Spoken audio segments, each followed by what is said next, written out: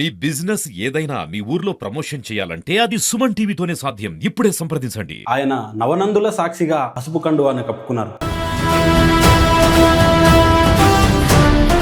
Party కోసం అంకిత భావంతో పనిచేస్తున్నారు. వాహిద్ హుసేన్ గారు మనతో ఉన్నారు.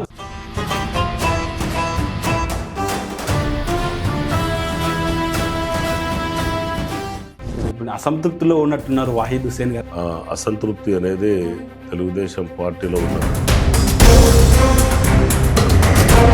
అంటే మీ పేరు ప్రకటించేస్తారు అఫీషియల్గా, మీ పార్టీనే ప్రకటించింది. అయితే ఎందుకు మీ పార్టీ చివరిలో మార్పులు చేర్పులు చేసి వేరే వారికి ఒక జిల్లా పదవిని కట్టబెట్టడం జరిగిందంట?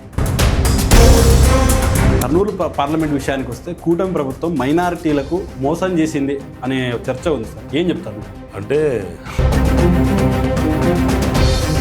కర్నూలు జిల్లాలో సార్ వాహిద్ హుసేన్ గారు ఎవరి వర్గం అంటే ఏం చెప్తారు? ఏ నాయకుల వర్గం అంటే ఏం చెప్తారు? అంటే అలీబాబా 40 దొంగలని విమర్శించారు. అంటే ఆ దొంగలకే మీరు గతంలో మద్దతు ఇచ్చారని. నేను వేరే వారితోటి నేను కలిసి ఇప్పుడు మీరు ఎవరి వాళ్ళతోటి నా మనస్సాక్షి చెబుతున్నాను. హాయ్, హలో, నమస్తే, వెల్కమ్ టు సుమన్ టీవీ. నేను మీ ముని.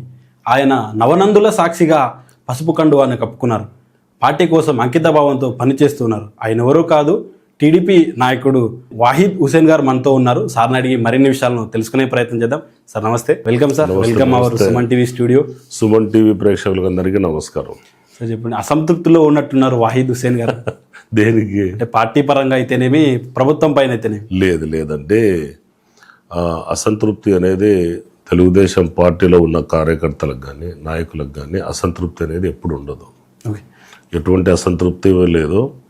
ఇంకా చాలా నూతన ఉత్సాహంలో మన పార్టీ కార్యకర్తలు, పార్టీ నాయకులు నూతన ఉత్సాహంలో ఉన్నారు. అంటే మీ పేరు ప్రకటించేస్తారు అఫీషియల్గా, మీ పార్టీనే ప్రకటించింది.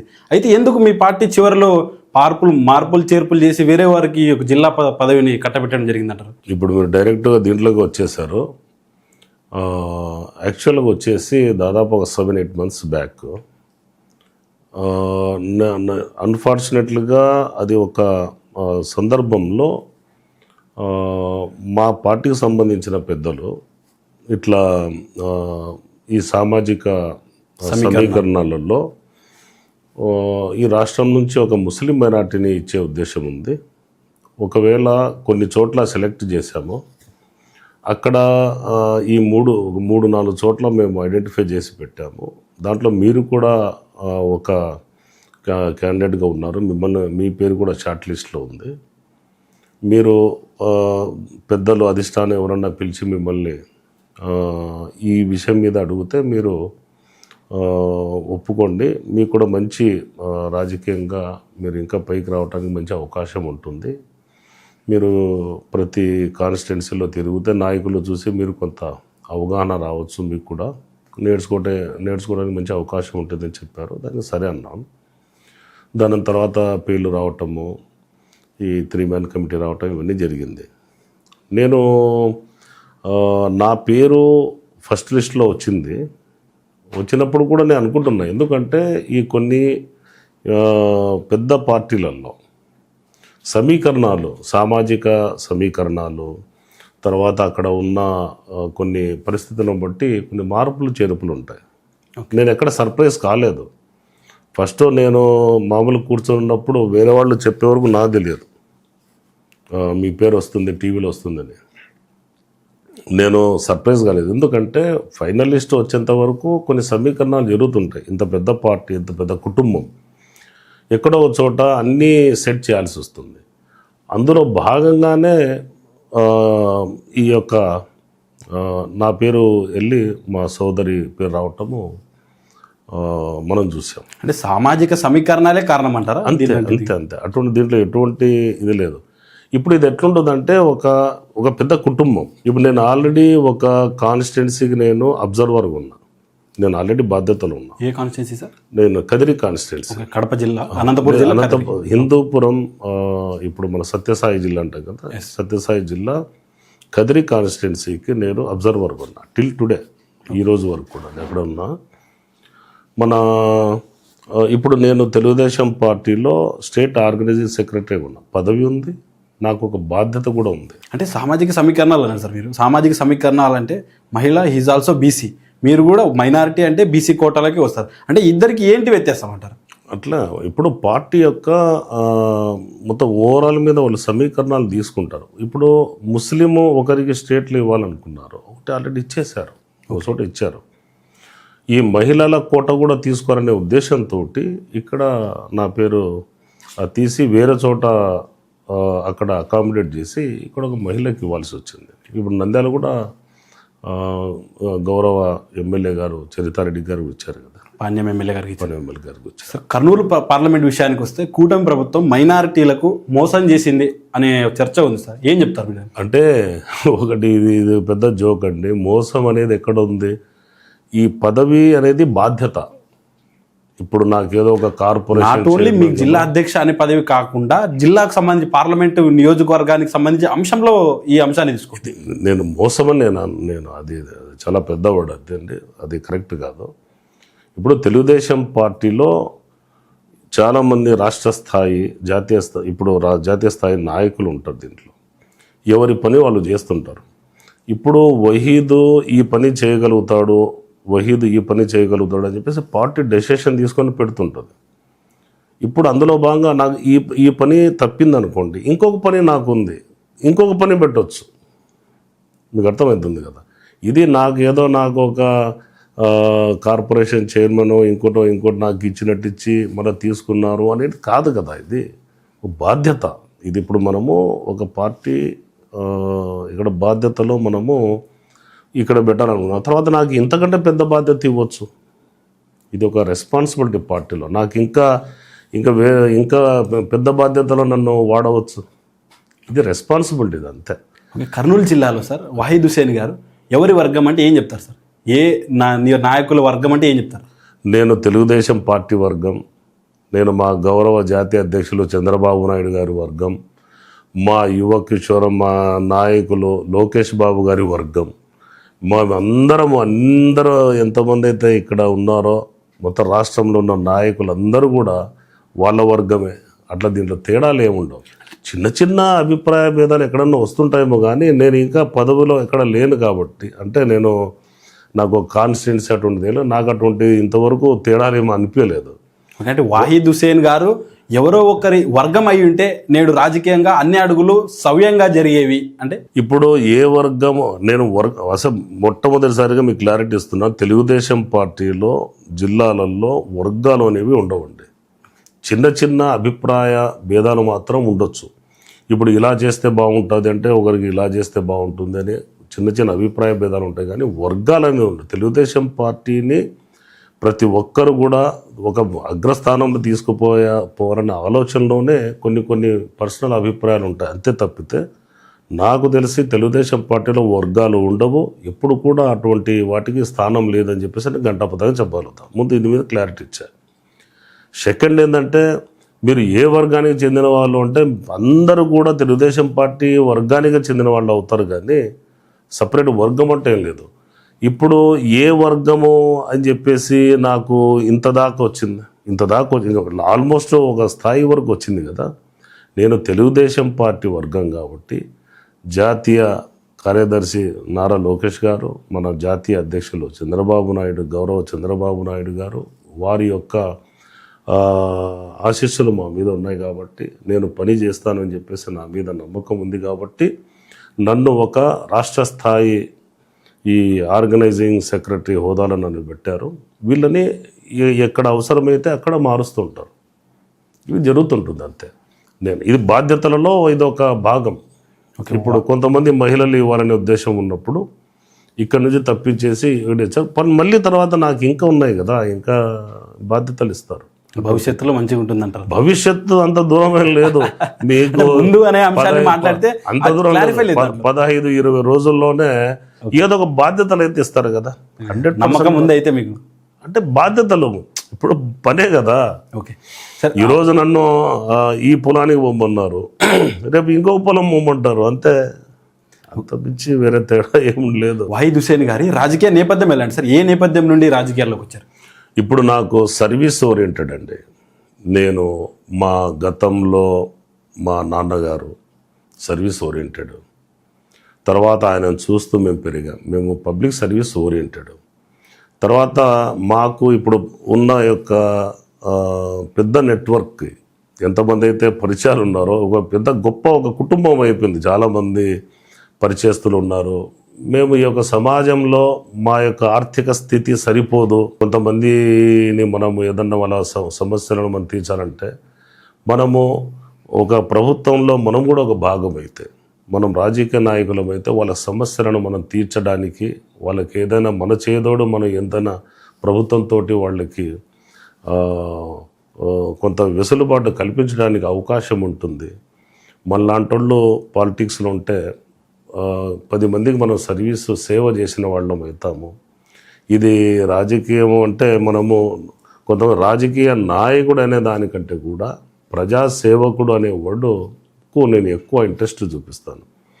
నేను ఎక్కువ శాతం ఏంటంటే ఒక వ్యక్తి ఒక పనిని చేయలేకపోతే, చేసే శక్తి అతని దగ్గర లేకపోతే, ఒక సమస్య అతని మీద పడితే ఆ సమస్యను ఎవరైతే తీరుస్తారు అని చెప్పేసి అతని మదిలో మొట్టమొదటిసారిగా ఒక పేరు వస్తుంది.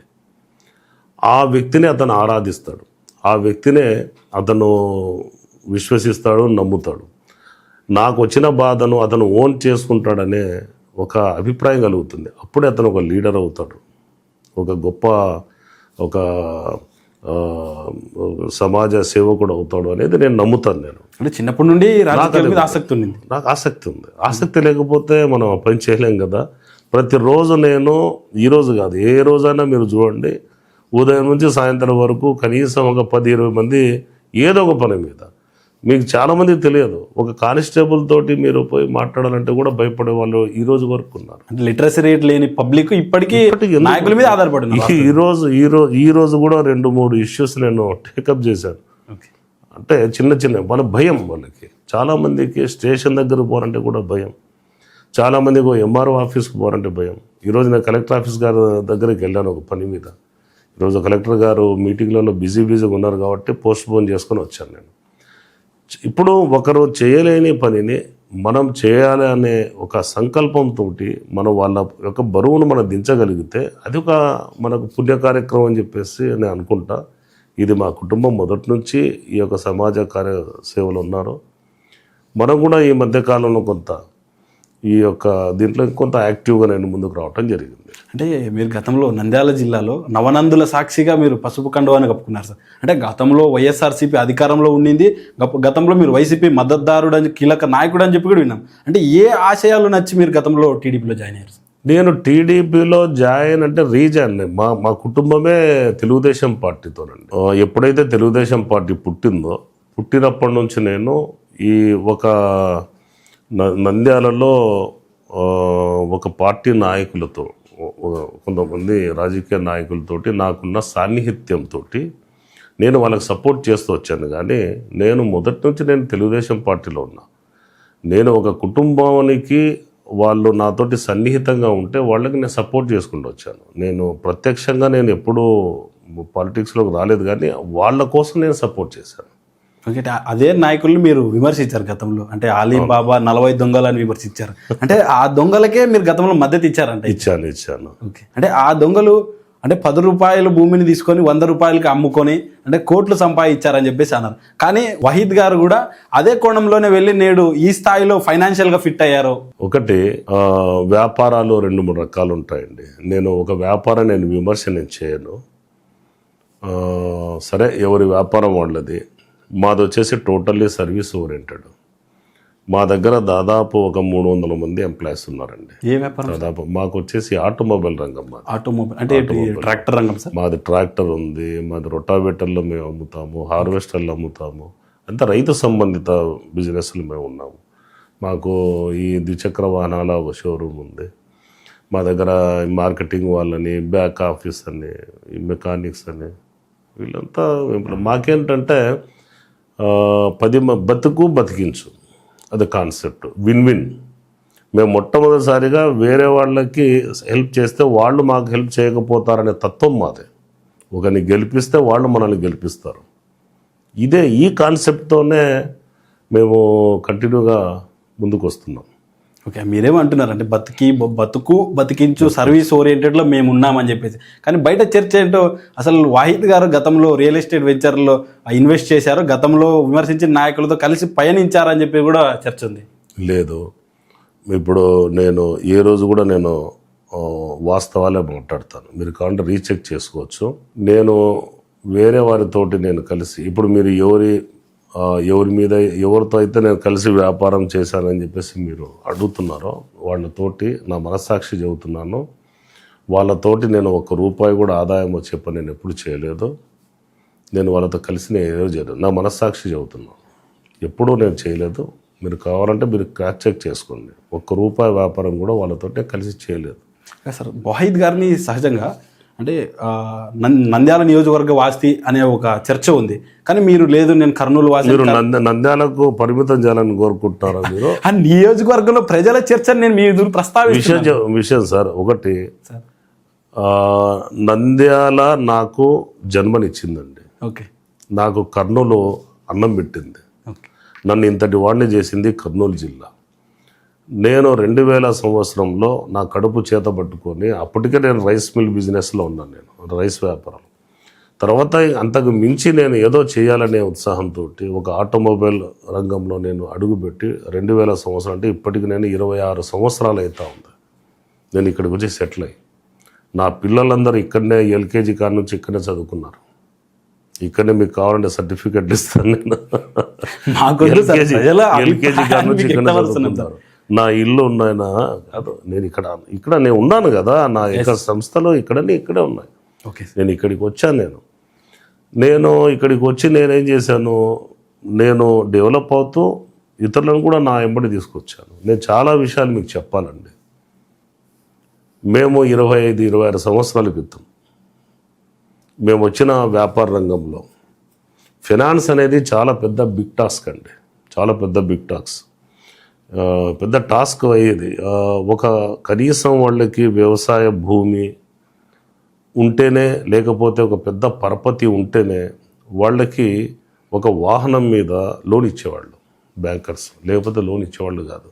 ఓకే, అటువంటి సిచ్యువేషన్లో డీలర్ గ్యారంటీగా ఇచ్చి మేము రిస్క్ తీసుకొని, నేను ఇంకా గొప్పగా చెప్పను కానీ చాలామంది పేదలకు మేము సొంతంగా గ్యారంటీగా సిగ్నేచర్ చేసి వాళ్ళకి ఉపాధి కల్పించాం.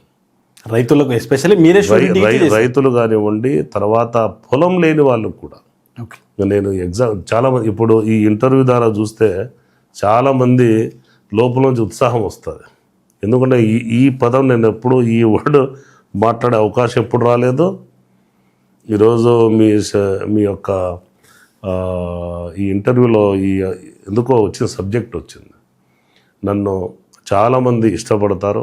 నేను చాలామందితోటి బతికించు, వాళ్ళు నాకు అన్నం పెట్టారు, నేను వాళ్ళకి ఉపాధి చూపించాను. ఈ విధంగా ఒకరినే ఒకరు. అంటే కర్నూలు జిల్లా మొత్తం మీకు అత్యంత సన్నిహిత సంబంధాలు, అంటే వర్గాలకు సంబంధం, భేదాలకు అంటే మతాల కులాలకు సంబంధం లేకుండా అత్యంత సన్నిహితం ఉందని చెప్పేసి కూడా నేను అంటే మీరు ఎంక్వైరీ చేశాను సార్. అంటే ఎందుకు అంత సన్నిహితం, ఎలా ఏర్పరచుకోగలిగారు మీరు? ఇప్పుడు బేసిక్గా ఏమైందంటే మా ఫ్యామిలీ మొదటి నుంచి నాకు అన్ని మతాల మీద, అన్ని కులాలతోటి మంచి సంబంధాలు, అన్ని మతాల మీద మంచి ఒక అభిప్రాయం నాకు. నేను మా గురువు గారిని తలుచుకోవాలి. నేను చిన్నప్పుడు నేను చదువుకునేటప్పుడే, నేను ఓనమాహాలు దిద్దుకున్నప్పుడే నాకు మా గురువు ఉండేవాడు ఒక ఆయన, కర్ణాటి రామతిమ్మయ్య గారు అని చెప్పేసి. ఆయన ఈరోజు లేరు, కానీ ఒక రకంగా చెప్పాలంటే ఈరోజు నేను స్వచ్ఛంగా తెలుగు మాట్లాడగలుగుతున్నాను అనంటే ఆయన పెట్టిన భిక్ష. మాకు ప్రతిరోజు ఉదయం 6 గంటలకి మా ఇంట్లో ఖురాన్ పఠనం అయిపోయేది. నేను ఖురాన్ చదువుకోవాలి అంటే నేను చిన్న వయసులో, నా 4-5 సంవత్సరాల వయసులో నుంచి.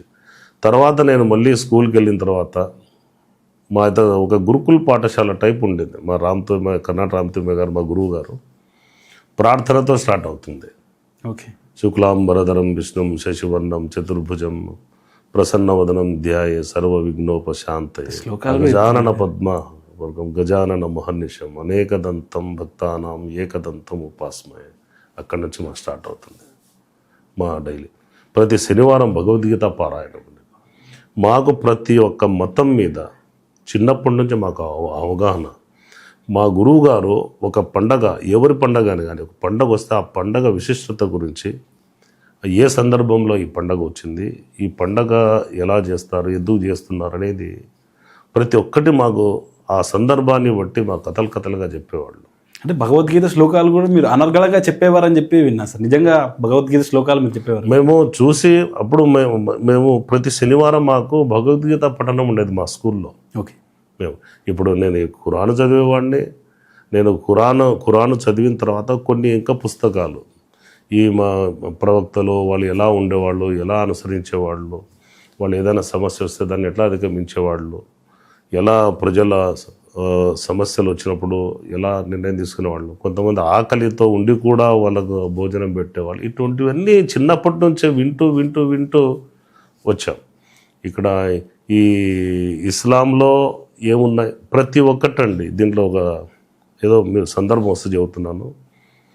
ప్రతి ఒక్క రిలీజియన్ అండి ఒక మనిషిని మానవ జీవన విధానాన్ని సక్రమమైన పద్ధతిలో తీసుకురావడానికి మతం పుట్టింది. నేను ఏ మతము ఇంకొకరిని ద్వేషించడానికి ఇంకోటి కానీ పుట్టలేదండి. ప్రతి మతము ఆ రోజుల్లో అక్కడ ఉన్న పరిస్థితులకు అనుగుణంగా మానవ జీవన విధానాన్ని సక్రమమైన మార్గంలో తీసుకురావటానికే మతం పుట్టింది. ఇప్పుడు ఒక మనిషి యొక్క ఆరోగ్యాన్ని, దాన్ని అనారోగ్యాన్ని ఆరోగ్యంలోకి మార్చటానికి ఒక వైద్య విధానం ఎలా పుట్టిందో, రకరకాల వైద్య విధానాలు ఉన్నాయి. నేచురోపతి ఉంది, అల్లోపతి, హోమియోపతి, తర్వాత ఈ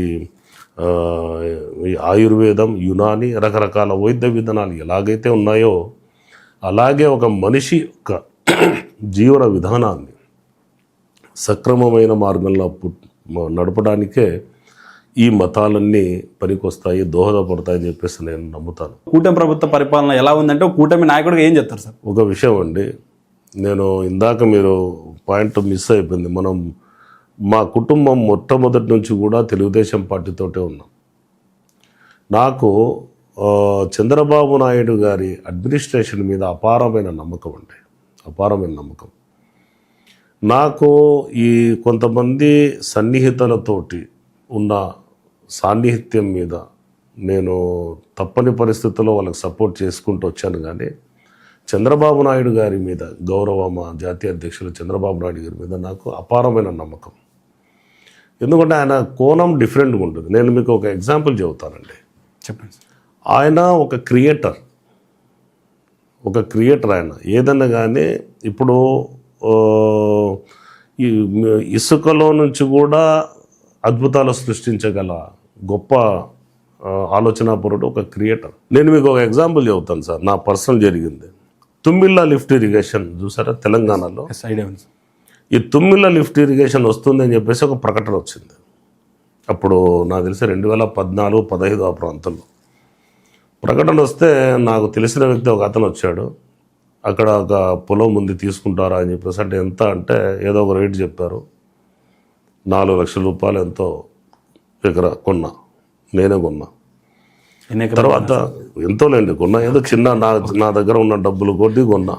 తర్వాత ఈ తుమ్మిళ్ళ లిఫ్ట్ ఇరిగేషన్ అయిపోయిన తర్వాత దాని రేట్ ఎంత వెళ్ళిపోయిందంటే కేవలం 3 సంవత్సరాల్లో నేను కొన్న రేటు కంటే 5 అంతలు పెరిగింది. ఈరోజు ఇంకా 6 అంతలు పెరిగింది. 5×4 20 లక్షల నుంచి 25 లక్షలు పెరుగుతుంది. నేనేమంటానంటే ఎట్లా వచ్చింది? క్రియేట్ అయింది, దాని డిమాండ్ పెరిగింది.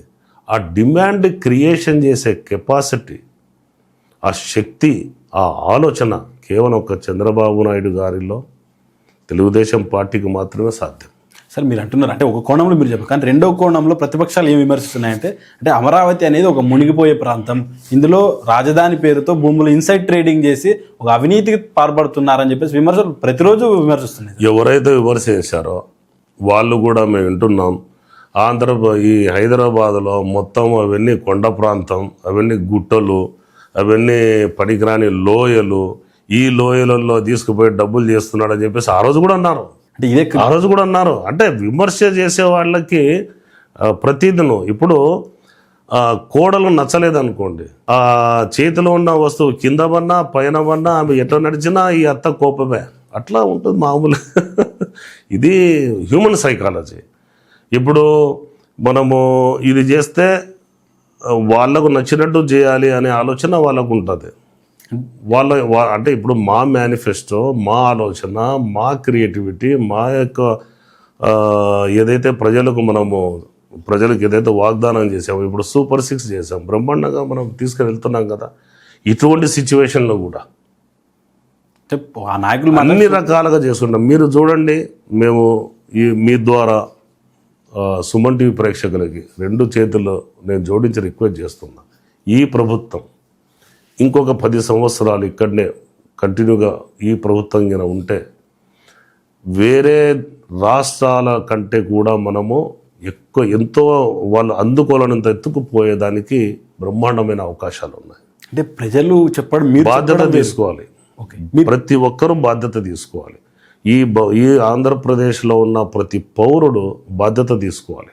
ఇప్పుడు ఏదైతే ఉందో ఈ బాధ్యత ప్రతి ఒక్కరూ పర్సనల్గా తీసుకోవాలి.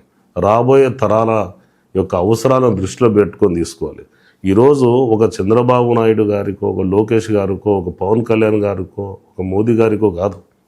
ఇది మన ఆంధ్రప్రదేశ్ రాష్ట్రంలో ఉన్న ప్రతి ఒక్క యువతకు, ప్రతి ఒక్క వ్యక్తికి ఈ బాధ్యత చాలా అవసరం. ఎందుకంటే మనం అన్నీ వదిలేసి ఇక్కడికి వచ్చేసాం. ఈ ఆంధ్రప్రదేశ్ రాష్ట్రాన్ని మనము ఏదైతే ఉన్నాయో, ఇప్పుడు మనకు అనుకూలంగా ఏవైతే ఉన్నాయో వాటినే తీసుకొని మనము డెవలప్ అయితే వెళ్ళాలి. ఇప్పుడు ఉన్నారు సార్ బాధ్యత తీసుకోవాలని, కానీ వైసీపీ నాయకులు మాట్లాడుతూ 2 న్యూ ఇయర్లు అంటే నెక్స్ట్ 2 జనవరిలు వెయిట్ చేయండి, 3వ జనవరి వచ్చేది మన ప్రభుత్వమే, వైసీపీ ప్రభుత్వం అని ధీమా వ్యక్తం చేస్తున్నారు. ఎలా సాధ్యమవుతుంది అంటారు? మీరు 10 ఏళ్ళు అంటున్నారు, వాళ్ళు 2 న్యూ ఇయర్స్ ఉన్నాయంటే నెక్స్ట్ వచ్చే ప్రభుత్వం మనదే అంటారు. నేను నా దగ్గర ఉంటే నేను చూపించేవాడిని. కొన్ని మొబైల్ ఫోన్లలో నేను సెల్ మారింది కాబట్టి నా దగ్గర డేటా లేదు. నేను డెప్త్లో కొంత అనాలిసిస్ చేసే నాకు ఆ నెట్వర్క్ ఉంది, ఆ ఐడియాలజీ ఉంది నాకు. నేను క్లియర్ కట్గా ఇచ్చాను. మీకు కావాలంటే స్క్రీన్ షాట్ నేను పంపిస్తాను. మీరు కావాలంటే టెలికాస్ట్ చేసే టైంకి నేను పంపిస్తాను. నేను వేరే వాళ్ళకి సెండ్ చేశాను కదా, అది పంపిస్తాను. బిఫోర్ ఎలక్షన్స్ నేను అనాలిసిస్ చేసి ఏదైతే చెప్పానో అదే వచ్చింది రిజల్ట్. ఓకే, అదే రిజల్ట్. కూటమిలో అలయన్స్లో 164 అని ఎక్స్పెక్ట్ చేశారా? 100% నేను బిలో 25 వస్తాయని చెప్పి నాకు ఉండింది. బిలో 25. ఓకే, అంటే నేను రియల్గా చెబుతాను, మీకు ఇస్తాను.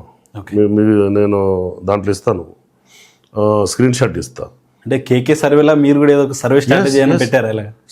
నా దగ్గర ఉంది. నేను చెప్పే మాటలు కాదు, నేను స్క్రీన్ షాట్ నేను చూపిస్తాను. నేను పంపించింటాను కదా వాట్సాప్లో, ఒక 5-6 మంది దగ్గర ఉండేది మీకే చూపిస్తా. నేనేం చెప్పానంటే వైసీపీ పార్టీకి 36 to 40% ఓట్ షేర్ వస్తుంది. కూటమికి వచ్చేసి 52 to 56% ఓట్ షేర్ వస్తుంది. టీడీపీకి వరస్ట్ సిచ్యువేషన్లో కూడా 135 ప్లస్ వస్తాయని చెప్పేసి ప్లస్ పెట్టాను. మీరు కావాలంటే నేను చూపిస్తాను, చూడండి. ఎందుకంటే నాకు అంచనా ఉందండి. అంటే ఇది ప్రిడిక్ట్ చేశారు సార్, లేకపోతే లేదు, ప్రజల నుంచి నేను వర్టికల్స్ చేసుకున్నా. అంటే వైసీపీ పార్టీ యొక్క విధానాలు, వాళ్ళ యొక్క ఐడియాలజీని ఎంతమంది యాక్సెప్ట్ చేస్తున్నారు, నేను దాన్ని బట్టి నేను వెళ్ళాను. తర్వాత టీడీపీ యొక్క విధానాలని, టీడీపీ పార్టీని ఎంతమంది ఆదరిస్తున్నారో, ఈ టీడీపీ కోసం ఎంతమంది వేచి చూస్తున్నారు అనేది నేను తీసుకున్నాను. ఆ ఐడియాలజీ తోటి ఎవరో ఓటర్లని ఎంతమందిని ఎవరు ఇన్ఫ్లుయెన్స్ చేయగలుగుతారో, ఇక్కడి నుంచి ఎవరు ఇన్ఫ్లుయెన్స్ చేయగలుగుతారో ఆ లెవెల్లో నేను అనాలిసిస్ చేశాను. చాలా బ్యూటిఫుల్ అనాలిసిస్ నేను చూపిస్తాను మీకు. నేను చాలామందికి పంపించాను. నేను ఏదైతే గెస్ చేశానో యాజ్ ఇట్ ఈజ్ వచ్చింది. ఇప్పుడు కూడా చెబుతున్నానండి. ఇప్పుడు నేను అతిశయోక్తి కాదు, వాస్తవం మాట్లాడుతున్నా. మీరు కావాలంటే ఈరోజు రికార్డ్ చేసుకోండి. ప్రస్తుతం వాళ్ళ యొక్క ఆలోచన ధోరణి ఎలా ఉందో మీరు ఈయన ఒకసారి పరిశీలన చేస్తే, గతంలో ఎలా ఉన్నారో అలా ఉన్నారు. ఇప్పుడు నేను ఒకసారి పరీక్ష రాశాను, ఒక ప్రశ్నపత్రం వచ్చింది, ఒక జవాబు రాశాను, నాకు 0 మార్కులు పడ్డాయి. మళ్ళీ అదే ప్రశ్న మళ్ళీ వచ్చింది, మళ్ళీ ఎగ్జామ్లో మళ్ళీ నేను అదే జవాబు రాస్తున్నా. అది జరుగుతుంది ఇప్పుడు. ఓకే సార్, మనం కర్నూలు రాష్ట్ర రాజకీయాల గురించి మనం మాట్లాడుకున్నాం సార్. ఇప్పుడు మీ గురించి చెప్పండి. అంటే మీ రాజకీయ లక్ష్యం ఏమిటి? ప్రతి నాయకుడికి రాజకీయంగా ఒక లక్ష్యం అంటూ ఉంటుంది. అలా వహీద్ గారి రాజకీయ లక్ష్యం ఏంటంటారు? ఎంతమంది అయితే నా మీద ఒక బాధ్యత పెట్టారో, ఎంతమంది అయితే నేను అభివృద్ధి చెందాలి, నేను ఒక ఉన్నత స్థానాన్ని కోరుకుంటున్నారో నా కోసం చాలామంది, కొన్ని వేల మంది నాకు దగ్గర నుంచి పరిచయం ఉన్న వాళ్ళు ఉన్నారు. నేను ఒక పొజిషన్లోకి వస్తే వాళ్ళకి ఏదో ఒక విద్య, ఉపాధి, వైద్యంలో నేను హెల్ప్ చేయకపోతానా, నేను ఫోన్ చేస్తే ఒక పని జరుగుతుంది, నేను కలెక్టర్ గారి దగ్గరికి పోయి పని చేయించే శక్తి, నేను డిపార్ట్మెంట్లో ఇక్కడ నుంచి ఫోన్ చేస్తే ఆ పని జరిగే దానికోసం చాలామంది నా నుంచి కోరుకుంటున్నారు. కాబట్టి వాళ్ళకు అవసరమైన పనిని నేను తీర్చాలి అనే ఉద్దేశంతో నాకు ఇదొక పుణ్య కార్యక్రమంగా చూసి నేను సమాజ సేవలో నేను కూడా ఒక భాగస్వామి కావాలనే ఉద్దేశంతో నేను మనస్ఫూర్తిగా దీంట్లో ఇంట్రెస్ట్గా పనిచేస్తున్నా. అంటే ప్రజలకు సేవ చేయడమే మీ లక్ష్యం. 100%. ఓకే సార్, కర్నూలు జిల్లాకు సంబంధించి మనం మాట్లాడుకుంటే సార్, జిల్లాలో ఏ పార్టీ అయినా సామాజిక సమీకరణాలు ఉద్దేశించే టికెట్లు కేటాయిస్తాయి. మనము ఈ టీడీపీనా, వైసీపీనా, జనసేన, బీజేపీ పార్టీలకు సంబంధం లేకుండా సామాజిక సమీకరణాలు జిల్లాలో జనాభా ఆధారితంగా సమీకరణాలు క్రోడీకరించి టికెట్లు ఇస్తాయి. అయితే మనం కర్నూలు పార్లమెంట్ని తీసుకుంటే సార్, మైనారిటీలు అధికంగా కర్నూలు టౌన్లో అయితేనేమి, ఆదోనిలో అయితేనేమి, ఎమ్మిగనూరులో అయితేనేమి, ఇలా ఈ పార్లమెంట్లో అధిక శాతం ఉన్నారు, తక్కువలో తక్కువ. అయితే మైనారిటీలకు ఎందుకు ఈ అన్ని పార్టీలు టికెట్లు ఇవ్వడంలో వెనుకం చేస్తున్నాయంటారు? మీరు నంద్యాల నుంచి గౌరవ మన మంత్రివర్యులు ఎన్ఎండి ఫరూక్ గారికి ఇచ్చారు. ఓకే, ఆయనకు మంత్రిని కూడా చేశారు. ఇప్పుడు ఉమ్మడి జిల్లాగా చూశారు. ఇప్పుడు కర్నూలు నుంచి ప్రతి ఒక్కరికి నంద్యాల నాయకుడితోటి సంబంధాలు ఉన్నాయి. కాబట్టి ఆయనను అక్కడి నుంచి ఒక పెద్ద వ్యక్తి అని చెప్పేసి ఆయనను ఎమ్మెల్యేగా టికెట్ ఇచ్చారు. తర్వాత ఆయన మంత్రి కూడా చేశారు. ది సేమ్ టైము ముస్తాక్ గారు అని చెప్పేసి ఆయన మైనార్టీ ఫ్రెండ్స్ కార్పొరేషన్ ఆయన కూడా చేశారు. ఆయనకు అందరితోటి మంచి సంబంధాలు ఉన్నాయి. మన కర్నూలు, ఆదోని, తర్వాత ఈ మన నంద్యాల అన్ని ప్రాంతాలతోటి మంచి సంబంధాలు ఉన్నాయి ముస్తాక్ గారికి. ఆయన మైనార్టీ ఫైనాన్స్ కార్పొరేషన్గా చైర్మన్గా ఆయనే చేశారు. వాళ్ళిద్దరూ ఇప్పుడు ప్రస్తుతం ఉన్నారు. ఒకవేళ సమీకరణాల ఓవరాల్ మీద మీకు ఇంతమంది ఉన్నారు కదా అనే ఆలోచన ఉండొచ్చు. ఆ కోణంలో ఉమ్మడి జిల్లా కోణంలోనే చేస్తున్నారు. ఏ పార్టీలైనా ఇదే కోణంలోనే అట్లా ఉండొచ్చు. అంటే ఓవరాల్ మీద చూస్తారు. అంటే స్టేట్ మొత్తం మీద అందరినీ న్యాయం చేయాలి కదా, ప్రతి ఒక్క సామాజిక వర్గాన్ని న్యాయం చేయాలి. అందులో భాగంగా ఇప్పుడు ఒక్కోసారి ఒకరు అవకాశం రావచ్చు. వఫ్ పై మీ స్టాండ్ ఏంటి సార్? హుసేన్ గారి స్టాండ్ ఏంటి? ఈరోజు వక్ఫ్ బోర్డు విషయంలో తెలుగుదేశం పార్టీకి ఉన్నంత చిత్తశుద్ధి ఏ పార్టీకి లేదండి. అంటే మద్దతు ఇవ్వడం కూడా చిత్తశుద్ధి అంటారా? ఇప్పుడు నష్టం జరిగిందా మీరు చెప్పండి. ఈరోజు 1 ఇంచి ఎవరికైనా నష్టం జరిగింది అని చెప్పేసి అంటే ఈ మీడియా ముఖంలోనే ఉన్నాను. ఈ తెలుగుదేశం పార్టీ వచ్చిన తర్వాత మాకు నష్టం జరిగింది అని చెప్పేసి ఇక్కడ నుంచి మీరు ఫోన్ చేసి మాట్లాడండి, దానికి నేను సమాధానం చెప్తాను. స్ట్రైట్ ఫార్వర్డ్గా చెప్పండి సార్, వఫ్ని మద్దతు ఇస్తున్నారా, వ్యతిరేకిస్తున్నారా? ఆల్రెడీ బిల్లు వచ్చేసింది కదా. ఓకే, బిల్లు వచ్చేసింది, మద్దతు ఇచ్చారు, జరిగిపోయింది. కానీ మీ స్టాండ్ ఏంటి? మద్దతు ఇస్తున్నారా? ఒకటి దీన్ని మీరు రాజకీయ కోణంలో చూస్తున్నారు. ఇప్పుడు వైసీపీ పార్టీ ఇవ్వలేదా? ఓకే, పార్లమెంట్లో ఇవ్వలేదు, మేము తిరస్కరిస్తున్నాం మా మద్దతు అని చెప్పేసి. అంటే వాళ్ళ క్యాండిడేట్ ఎవరు ఇవ్వలేదా? ఎవరు మద్దతు ఇవ్వలేదా? పార్లమెంట్ ఆ రాజ్యసభలో మద్దతు ఇచ్చామని చెప్తున్నారు కానీ బహిరంగంగా ఎక్కడ కూడా రాలేదు. మేము ఇచ్చారనే చెబుతున్నాము అందరూ. ఇప్పుడు మీరు ఇప్పుడు నేను మా ముస్లిం మైనార్టీ సోదరులకు అందరికీ సుమన్ టీవీ ద్వారా నేను ఒక మంచి ఏదైతే జరిగిందో అది నేను పంచుకుంటున్నా. మీకు అందరికీ విషయం నేను తెలియజేసుకుంటున్నాను. ఈ మధ్యకాలంలో చాలామంది ఒక అభిప్రాయం ఏముందంటే రాష్ట్రంలో 65,000 ఎకరాలు 60,000 ఎకరాలు వక్ఫ్ భూమి ఉంది అని చెప్పేసి ఊరికే పైపైన చెప్పుకునేవాళ్ళు. ఈరోజు వక్ఫ్ అమెండ్మెంట్ యాక్ట్ బిల్ వచ్చిన తర్వాత, ఉమీద్ పోర్టల్ వచ్చిన తర్వాత దాంట్లో ఎంటర్ చేసిన భూమి ఎంత తెలుసా? 81,000 ఎకరాలు. నిన్న మన మండలి ఎక్స్ చైర్మన్ మన షరీఫ్ గారు, అహ్మద్ షరీఫ్ గారు, తర్వాత మన గౌరవ ఈ వక్ఫ్ బోర్డు చైర్మన్ అబ్దుల్ అజీజ్ గారు కూడా ప్రకటన చేయడం జరిగింది, 81,000 ఎకరాలు. ఇప్పుడు మీకు ఇంకో విషయం చెప్తాను, ఇది కొంచెం టెక్నికల్, చాలా ఇంపార్టెంట్ విషయం అండి. ఇప్పుడు వక్ఫ్ బై యూజర్ తర్వాత చాలా ప్రాపర్టీస్ సిస్టంలోకి వచ్చాయి.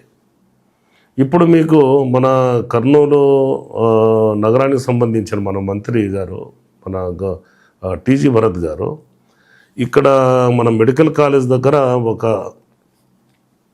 ప్రాపర్టీ మసీదుకు చెందిన ప్రాపర్టీ ఒకటి ముందర ఉండింది. ఈ దుకాణ సముదాయం ఉండింది. ఈ దుకాణ సముదాయానికి మామూలుగా అయితే టీడీఆర్ పొందడానికి కావలసినన్ని వాళ్ళకి కావలసిన పత్రాలు లేవు. కొన్ని పత్రాలు ఉన్నాయి కానీ వాళ్ళకి అప్లికబుల్ అయ్యే పత్రాలు లేవు. ఇప్పుడు దీని తర్వాత మనకు దానికి టీడీఆర్ వచ్చింది. దాదాపు ₹1,00,00,000 పైన వక్ఫ్ బోర్డుకి డబ్బులు వస్తాయి.